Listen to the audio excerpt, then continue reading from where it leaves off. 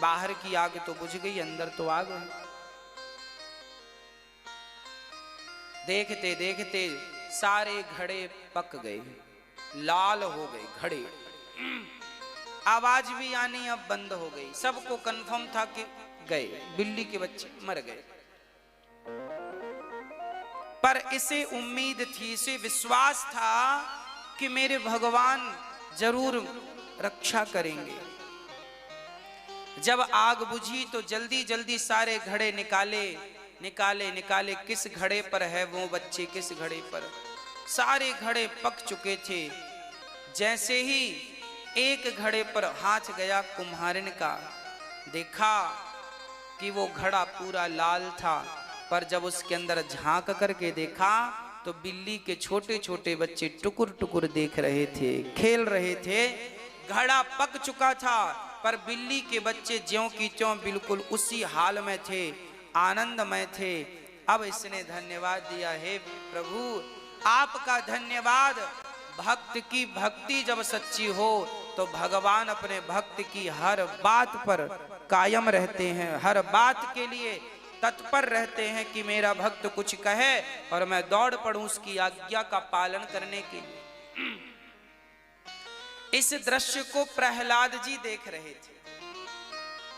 प्रहलाद जी ने देखा कि ये कुम्हारिन की प्रार्थना करने से आग भी शीतल हो गई और बिल्ली के बच्चों का भी बाल भी बांका नहीं हुआ।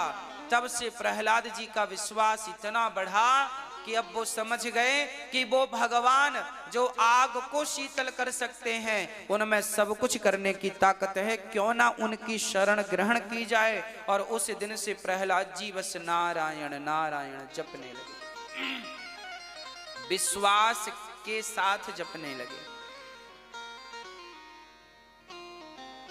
पूर्ण विश्वास था कि भगवान जरूर कृपा करेंगे। बस प्रहलाद जी नारायण जपते।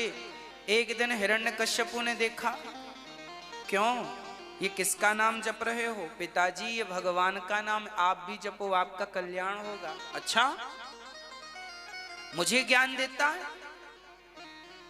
प्रहलाद जी के गाल पर एक थप्पड़ मारा, एक थप्पड़ मारा। प्रहलाद जी महाराज नीचे गिर गए। अपने सैनिकों से कहा, जाओ जाओ इसे पहाड़ से फेंक दो, पहाड़ से फेंक दो। पहाड़ से प्रहलाद जी को फेंक दिया गया। पर प्रहलाद से कहा कि सुन, भगवान का नाम छोड़ दे। यदि भगवान का नाम जपना छोड़ देगा तो हम तुझे पहाड़ से नहीं फेंकेंगे, और यदि नहीं छोड़ा तो फेंक देंगे, तू मर जाएगा।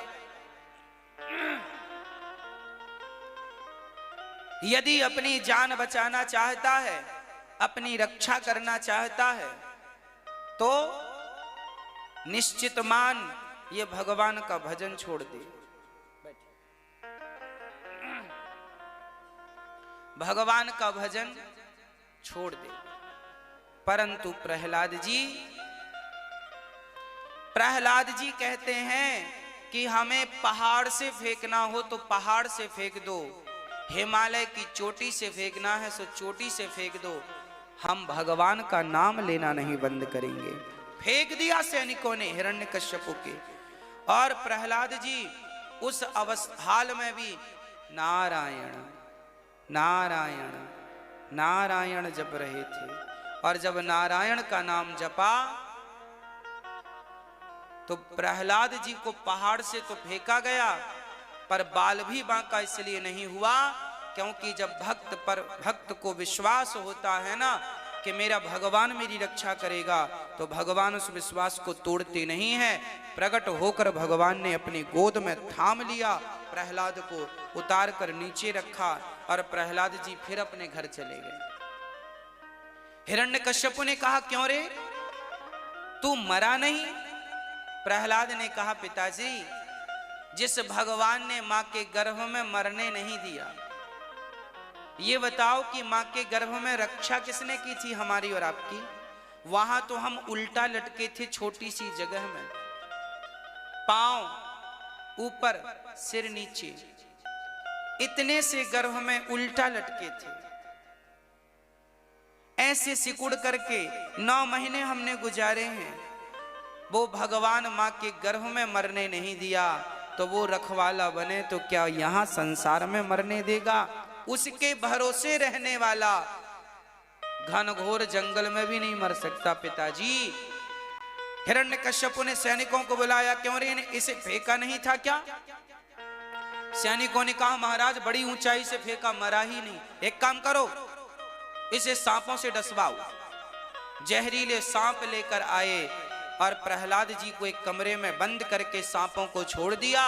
पर प्रहलाद जी ने जब कीर्तन किया, श्रीमन नारायण नारायण नारायण, उस कीर्तन के प्रभाव से वो जहरीले नाग भी प्रहलाद के साथ भगवान के भजन में संग संग झूमने नाचने लगे, नाचने लगे, झूमने लगे।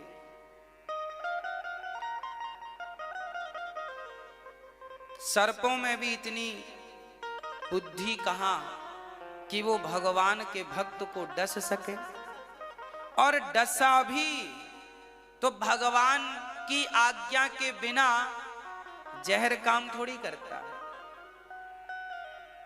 इसलिए कहता हूं, जमाने को खुश करने से अच्छा है भगवान को खुश कर लिया जाए। प्रहलाद जी सांपों के बीच में रहे, सारे नाग नाचने लगे, कीर्तन करने, कुछ नहीं हुआ। हिरण्यकश्यप फिर दंग, क्यों रे मरा क्यों नहीं?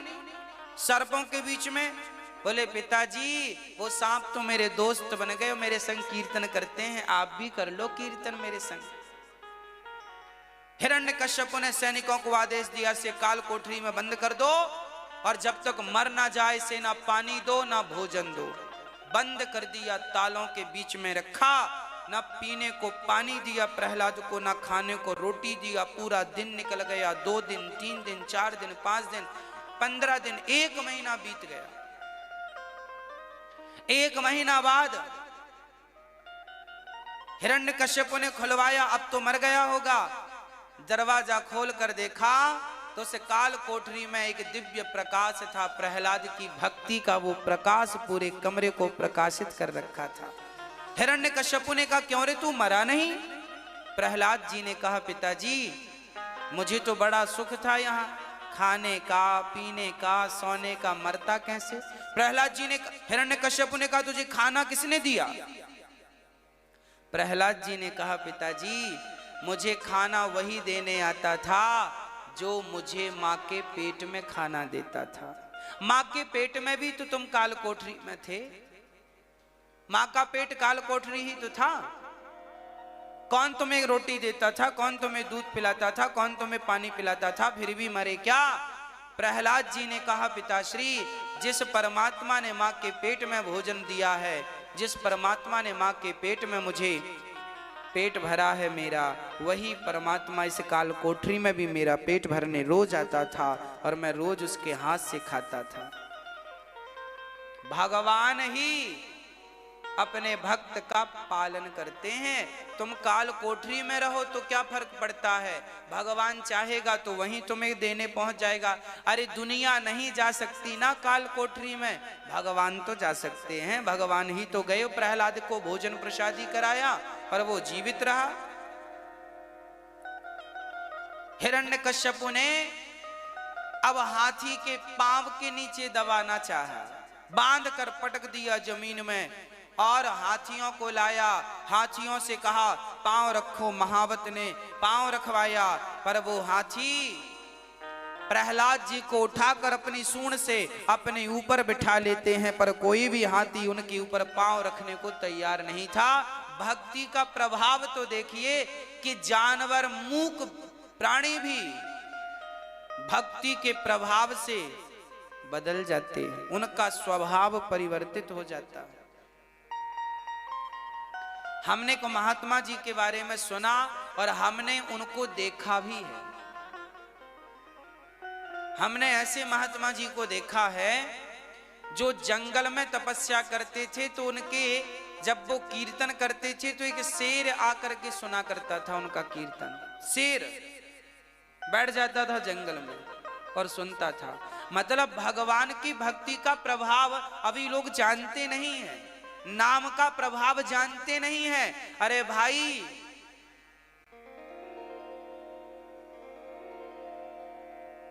ये पत्थर है, माना कि है तो पुष्प, माना कि ये पत्थर है। ये पत्थर हमारे पास है तो हम इसके साथ यूं यूं करते हैं, इसे कभी जेब में रख लेते हैं, कभी उठाकर किनारे रख देते हैं। पर कभी इस पत्थर से लोहा स्पर्श हो जाए और लोहा सोना बन जाए तो पता चलेगा राम राम, ये कोई साधारण पत्थर थोड़ी था, ये तो पारस मणि थी। उसी तरह आपको अभी पता नहीं है, आपने तो अभी राम नाम को पत्थर समझ रखा है। जिस दिन राम नाम को पारस मणि समझ लोगे उस दिन तुम्हारा कल्याण हो जाएगा। राम नाम ही वो पारस है जो तकदीर और तस्वीर बदल देता है। बड़े बड़े पापी इसी नाम के बल पर तो सदगति पा गए, केवल नाम के बल पर। इसलिए नाम जरूरी है। प्रहलाद जी नाम जप करते हैं, नारायण नारायण नारायण। प्रहलाद की बुआ जी आई एक दिन। बुआ का नाम था होलिका। होलिका आई। होलिका जी बड़े प्रेम से अपने प्रहलाद को लेकर के गोद में बैठ गई। उन्हें वरदान था कि आग जलाएगी नहीं। आग लगी होलिका में, उनको लगा प्रहलाद जल जाएगा, हम बच जाएंगी, पर उल्टा हुआ। होलिका तो जल गई, प्रहलाद नहीं जले। कि ऐसा क्यों हुआ? ऐसा इसलिए हुआ कि होलिका को आग ना जलाने का वरदान तो उसने दिया था ब्रह्मा जी ने, पर इसलिए वरदान दिया था कि कोई जल रहा हो तो तुम बचा के ले आना, तुम जलोगी नहीं। पर तुम तो अब निर्दोष को ही जलाने बैठ गई। जब आप अपनी शक्ति का, अपने बल का दुरुपयोग करते हैं तो परमात्मा वो शक्ति, वो बल आपसे छीन लेता है कि तुम इसके लायक नहीं हो, जलकर राख हो गई। और भक्त की भक्ति के बल पर प्रहलाद का बाल भी बांका नहीं हुआ। अब हम क्या समझें इन कथाओं से? देखिए, प्रहलाद का विश्वास भगवान पर 100% था। चलो, हम लोग प्रहलाद नहीं बन सकते तो क्या हुआ? 100% विश्वास नहीं जमा सकते तो कम से कम 5% जमा लें। ये विश्वास बढ़ाने के लिए है। हमारा और आपका विश्वास बढ़े कि प्रहलाद की रक्षा करने भगवान आए थे, तो हम भी विश्वास रखेंगे तो भगवान हमारी भी रक्षा करेंगे। इसलिए आप अपने विश्वास को कभी मिटने ना दीजिएगा, कम ना होने दीजिएगा। विश्वासो ही फलदायक। प्रहलाद पढ़ने गए, पढ़कर आए तो पिता ने पूछा, बेटा अब तेरी बुद्धि सुधर गई, बोल क्या पढ़ा तूने? प्रहलाद जी ने कहा, मैंने 9 बातें बढ़िया बढ़िया पढ़ी। क्या क्या पढ़ा? प्रहलाद जी ने कहा, श्रवणम कीर्तनम विष्णु स्मरणम पाद सेवनम अर्चनम वंदनम दास्यम सख्यमात्मनिवेदनम।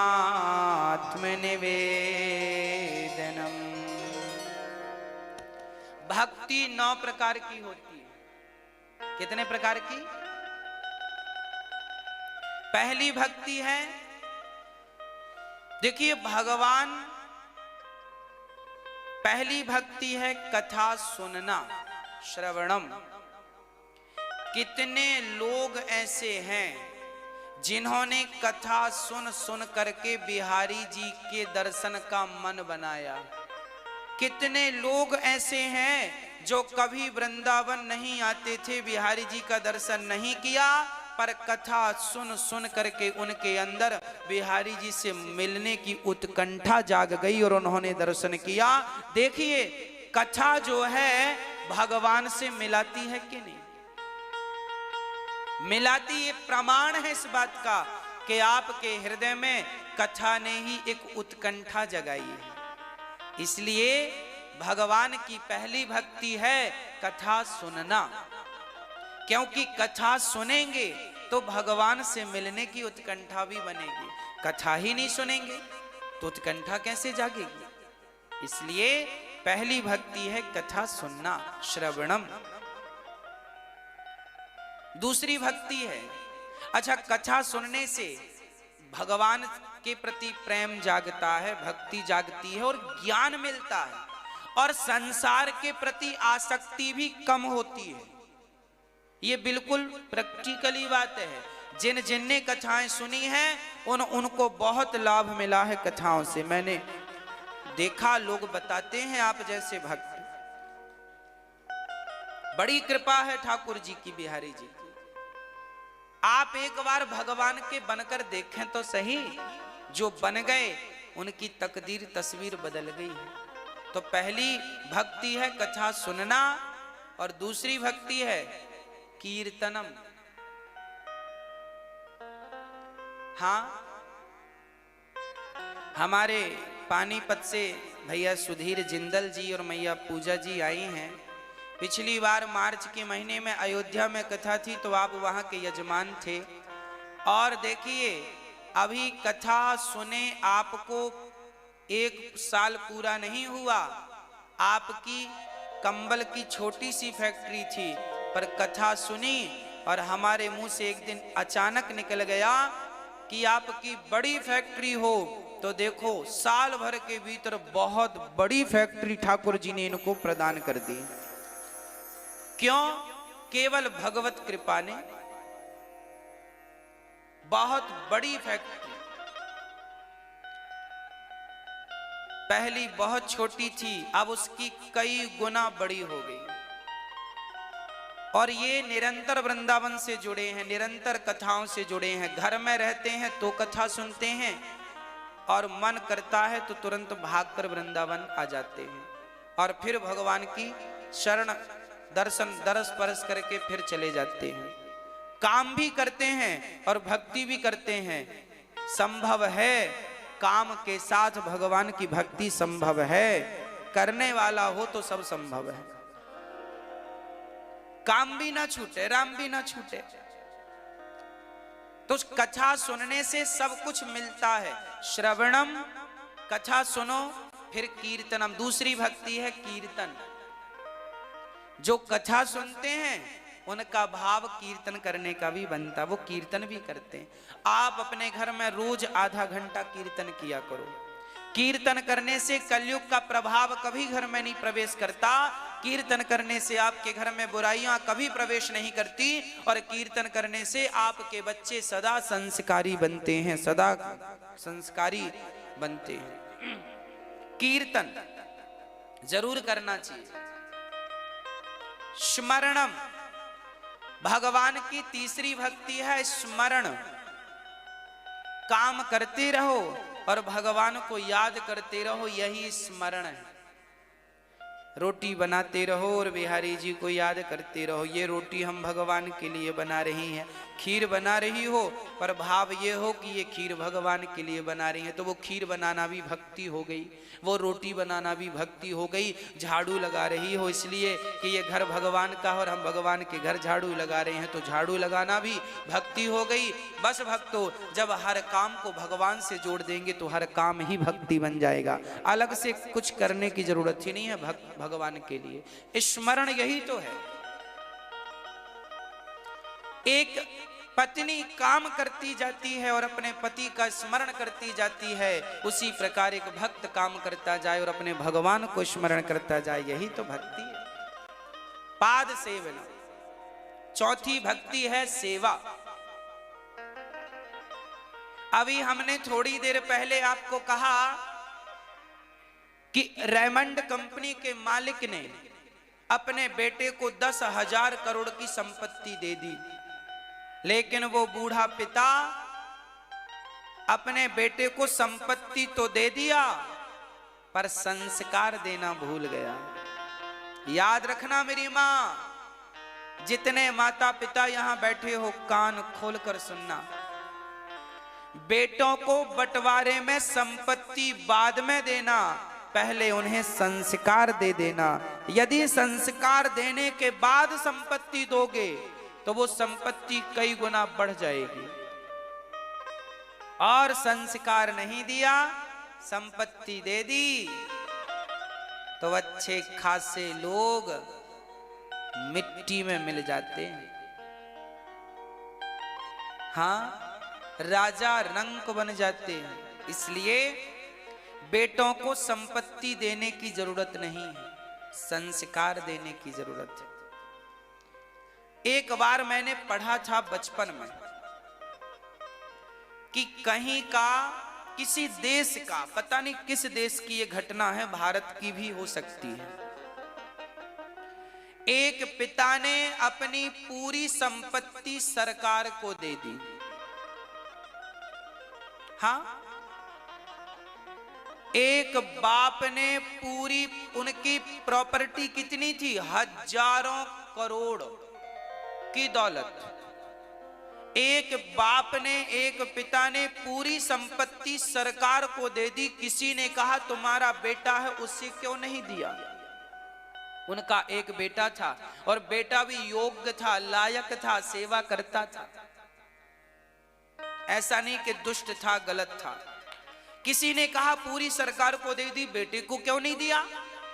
तब उस बाप ने कहा था कि मैंने जिस काबिलियत से, जिस टैलेंट से, जिस योग्यता से ये संपत्ति मैंने बनाई है, वो टैलेंट बेटे को दे दिया है। वो चाहे तो इससे ज्यादा बना ले, और वो यदि टैलेंट का उपयोग ना करे तो मैं इतनी दे भी दूं तो क्या भरोसा कि वो बचा के रखेगा। इसलिए बच्चों को योग्यता तो दो, टैलेंट तो दो, पर माँ बाप आजकल के उल्टे चलते हैं। कमाते हैं, कमाते, किसके लिए कमा रहे हो? कमा कमा के बेटों को दे दो, बेटों को दे। क्यों भाई, बेटे तुम्हारे नालायक हैं क्या? क्यों इतना सारा देना है बेटों को? बेटा अपना कमाएगा, तुम कमाओ और कमा कमा करके अपने हाथ से पुण्य करो, धर्म करो, कमाओ और धर्म करो। बेटों को योग्यता दे दो, वो अपना कमा लेंगे। आजकल के माँ बाप बैंक का बैलेंस बेटे के लिए, ये प्लॉट, ये प्रॉपर्टी, ये फैक्ट्री सब तेरी, सब दे दिया। अब जब बेटे को बैठे बिठाए का पैसा मिल जाएगा तो फिर वो पैसे से क्या करता है? शराब पीता है, हाँ, गलत गलत काम करता है, सुरा सुंदरी के चक्कर में पड़ जाता है, क्योंकि पैसे की कीमत नहीं समझा उसने। मेहनत का कमाया हुआ धन अच्छा होता है, और फोकट में मिल जाए तो उस धन की कोई वैल्यू नहीं समझता, नहीं होती। बेटों को कमाने दो, उनके कंधे मजबूत होने दो। खुद से पैसा कमाएंगे 100 रुपए तो पता चलेगा कि 100 रुपए की कीमत कितनी है। और पिता ने खर्चे के लिए 2000 दे दिया तो उसके लिए 2000 क्या, वो 2000 तो घंटे भर में उड़ा देता है। खुद कमाएगा तो पता चलेगा 2000 क्या होता है, कितना स्ट्रगल करना पड़ता है, तब कहीं ये 2000 आते हैं। इसलिए कहता हूं बेटों के प्रति बहुत जागरूक होना चाहिए माँ बाप को। आज के माँ बाप बच्चों को लेके बिल्कुल जागरूक नहीं है, लापरवाह हो गए हैं माँ बाप। बस पैसा पैसा बेटों को देते जाते हैं। संस्कार कब दोगे? जिन्होंने संस्कार नहीं दिए। आज वही रेमंड कंपनी के मालिक किराए का घर ढूंढ रहे हैं 10,000 करोड़ की संपत्ति के बावजूद, क्योंकि दौलत तो दी बंटवारे में, संस्कार नहीं दे पाए। एक गलती हुई बाप से तो किराए का मकान ढूंढ के रहता है बूढ़ा बाप, अकेला, खुद बना के खाता है, जिसके घर में 1000 नौकर काम करते हैं। कौन सी जगह है जहां नहीं है? क्या इस खंबे पर है? हाँ, जो प्रहार किया खंबा चीर कर नरसिंह भगवान प्रकट भये और हिरण्यकश्यपु का उद्धार किया। प्रहलाद जी से भगवान ने कहा बेटा कुछ मांगो। प्रहलाद जी ने कहा ब्रह्मादयः सुरगणा मुनयोऽथ सिद्धा सत्वैकतानमतयो वचसां प्रवाहै नाराधितुं पुरुगुणैरधुनापि विप्रो किं तोष्टुमर्हति समे हरिरुग्रजाते। प्रहलाद जी ने कहा, हे नाथ, कभी आपसे कुछ मांगने की इच्छा ही ना हो, यही हमें दो। अर्थात प्रहलाद जी ने भगवान से कहा कि हे प्रभु, आप हमें निष्काम कर दीजिए, निष्काम बना दीजिए, कामना रहित कर दीजिए। उसके बाद भगवान ने हाथी को बचाने के लिए हरि का अवतार धारण किया।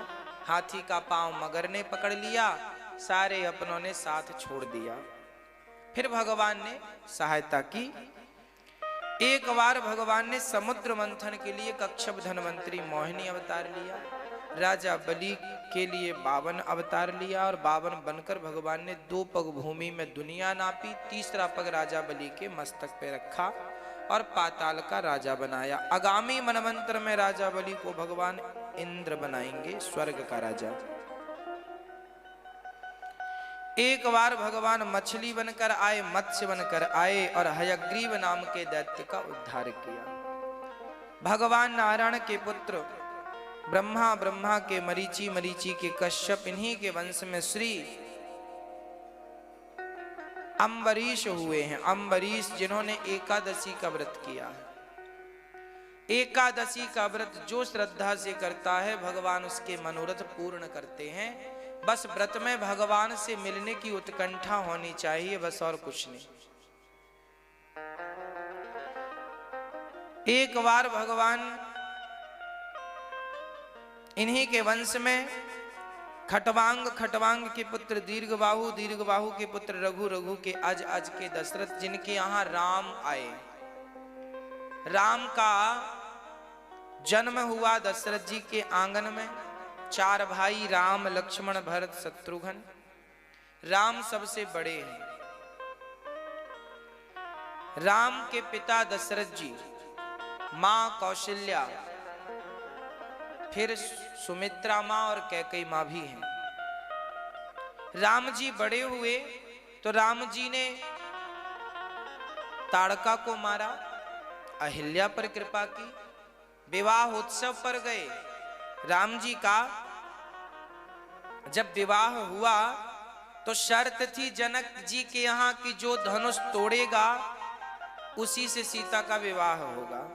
बहुत बड़े बड़े राजाओं ने धनुष उठाया पर धनुष तो हिलने को भी तैयार नहीं। अंत में राम जी ने धनुष पकड़ा, डोरी चढ़ाने को झुकाया, सो बेचारा टूट गया धनुष। सारे देवी देवता गदगद हो गए, पुष्पों की वर्षा हुई। सिया जी ने माला पहनाया, राम जी पति, सिया जी पत्नी बनी। दोनों का विवाह संपन्न हुआ। राम सीता का विवाह हुआ। भरत जी का विवाह मांडवी से, शत्रुघ्न जी का श्रुतकीर्ति, लक्ष्मण जी का विवाह उर्मिला से हुआ।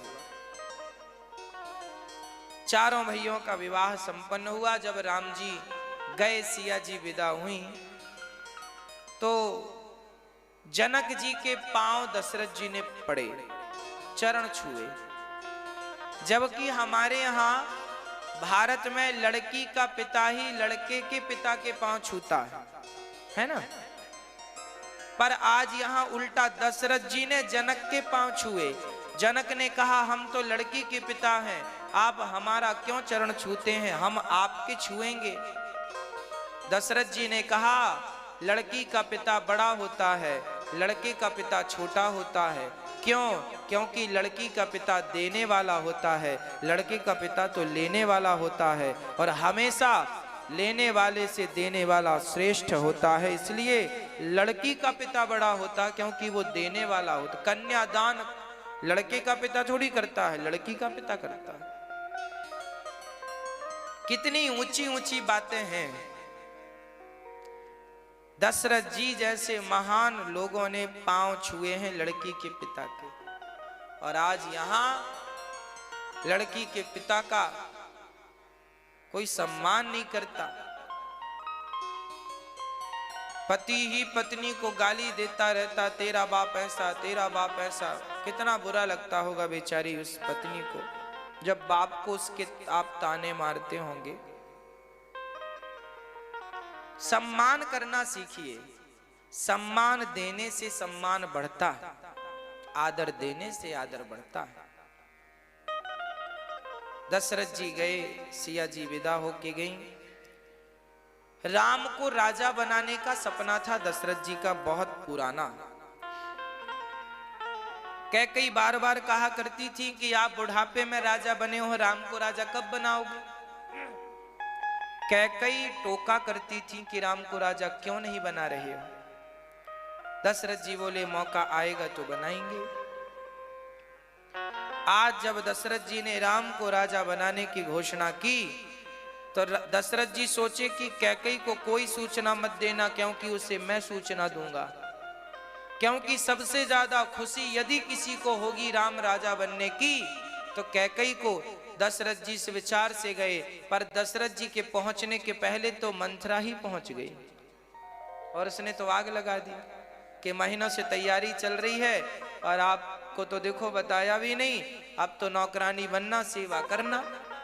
कैकेयी भड़क गई और कैकेयी माँ ने 2 वरदान मांग लिए दशरथ जी से। पहला वरदान भरत को राजा और दूसरा वरदान राम को 14 साल का वनवास। 14 साल का ही वनवास क्यों मांगा कैकेयी माँ ने?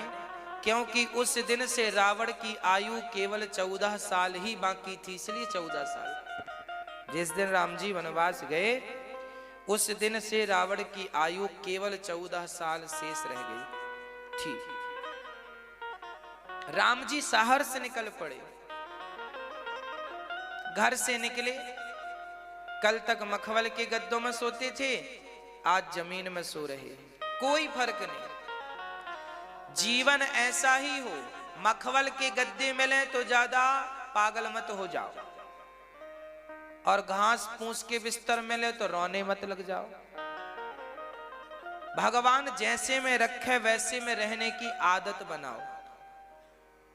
आदी ना बनो, अमीरी के आदी ना बन जाना, गरीबी में भी गुजारा किया करो।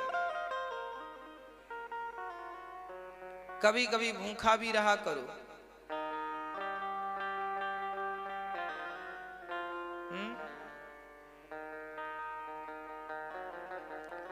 राम जी बिस्तर घास के, प्रण अपने पिता का करने को, श्री राम अयोध्या छोड़ चले।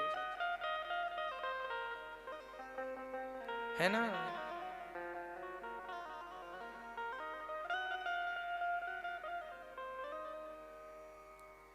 आज घास के बिस्तर पर सो रहे। कोई शिकायत नहीं है राम जी को कि मेरे पिता ने वनवास भेज दिया। सादा जीवन है राम जी की। आगे चले, केवट से कहा भैया नाव ले आओ, हमें पार लगा दो। केवट बोला पहले पांव धोऊंगा। भगवान ने कहा मत धुलो, बाद में धुल लेना। ना, पहले। ठीक है, धुल लो। केवट ने चरण पखारे हैं, पितर पार लगाए हैं, राम को पार लगाया। केवट ने कहा सरकार, राम ने कहा लो केवट उतराई में अंगूठी रख लो। केवट बोले सरकार आप मेरे घाट आए तो मैंने आपको पार लगाया, मरकर जब मैं आपके पास आऊं तो भवसागर से आप मुझे पार लगा देना, यही मेरी उतराई है। चित्रकूट गए हैं, जहां मिलने के लिए स्वयं भरत जी आए हैं, है ना। जनवरी में राम कथा सुनाएंगे आपको पूरी 9 दिन की फिर से, है? ताकि आपको संपूर्ण राम कथा का लाभ प्राप्त हो सके। एक एक चौपाई का अर्थ, ये चौपाई क्यों लिखी है, भागवत में राम कथा छोटी सी है ना, इसलिए छोटी सी ही निवेदित करते हैं। राम जी से मिलने भरत जी आए, फिर राम जी पंचवटी गए, फिर रावण ने सीता को चुराया, फिर रावण को मारा, सिया जी को लाए, सिया जी रानी बनी, राम जी राजा बने। राम जी राजा बने हैं, अब राम को राजा बनाकर अपने हृदय में बसाते हैं सिया राम को। और राम कथा यही है। राम जब हृदय में विराजमान हो गए तो समझ लो कि राम कथा हो गई। और राम हृदय से अभी बाहर हैं तो फिर राम कथा भी नहीं हुई। राम को हृदय में बिठाओ। राम की कथा, कृष्ण की कथा इसलिए जरूरी है ताकि इनसे हम प्रेरित होते रहें। बोलिए सियावर रामचंद्र की जय, हनुमान जी महाराज की जय। भगवान सूर्य वंश में राम बनकर आए, चंद्र वंश में कृष्ण बनकर आए। भगवान कृष्ण का आइए दर्शन करते हैं। भगवान श्री कृष्ण नारायण के पुत्र ब्रह्मा, ब्रह्मा से अत्रि, अत्रि से चंद्रमा, चंद्रमा से बुध, बुध से पुरुरवा, पुरुरवा से आयु, आयु से नहुस, नहुस से ययाति, ययाति से पुरु। इन्हीं के वंश में हुए हैं श्री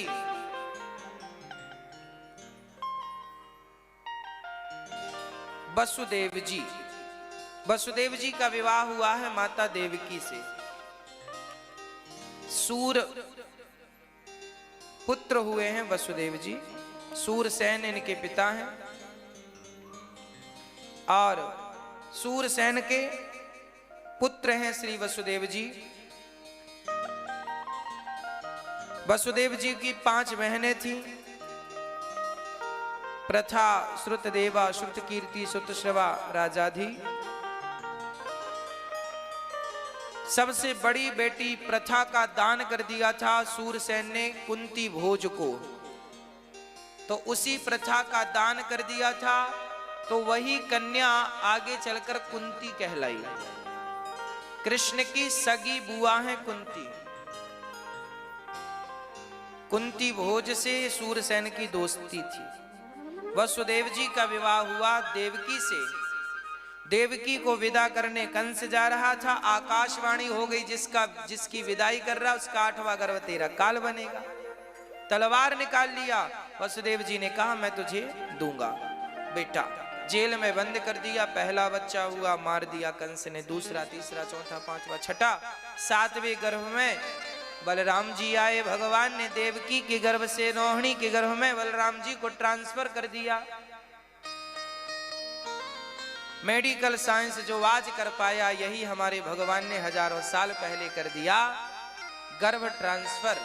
और 8वें गर्भ में कृष्ण कन्हैया प्रकट हो गए हैं। वसुदेव जी के सामने हाथ में शंख चक्र गदा पद्म में लेकर के, भादों का महीना, कृष्ण पक्ष की अष्टमी तिथि, रात्रि के ठीक 12 बजे,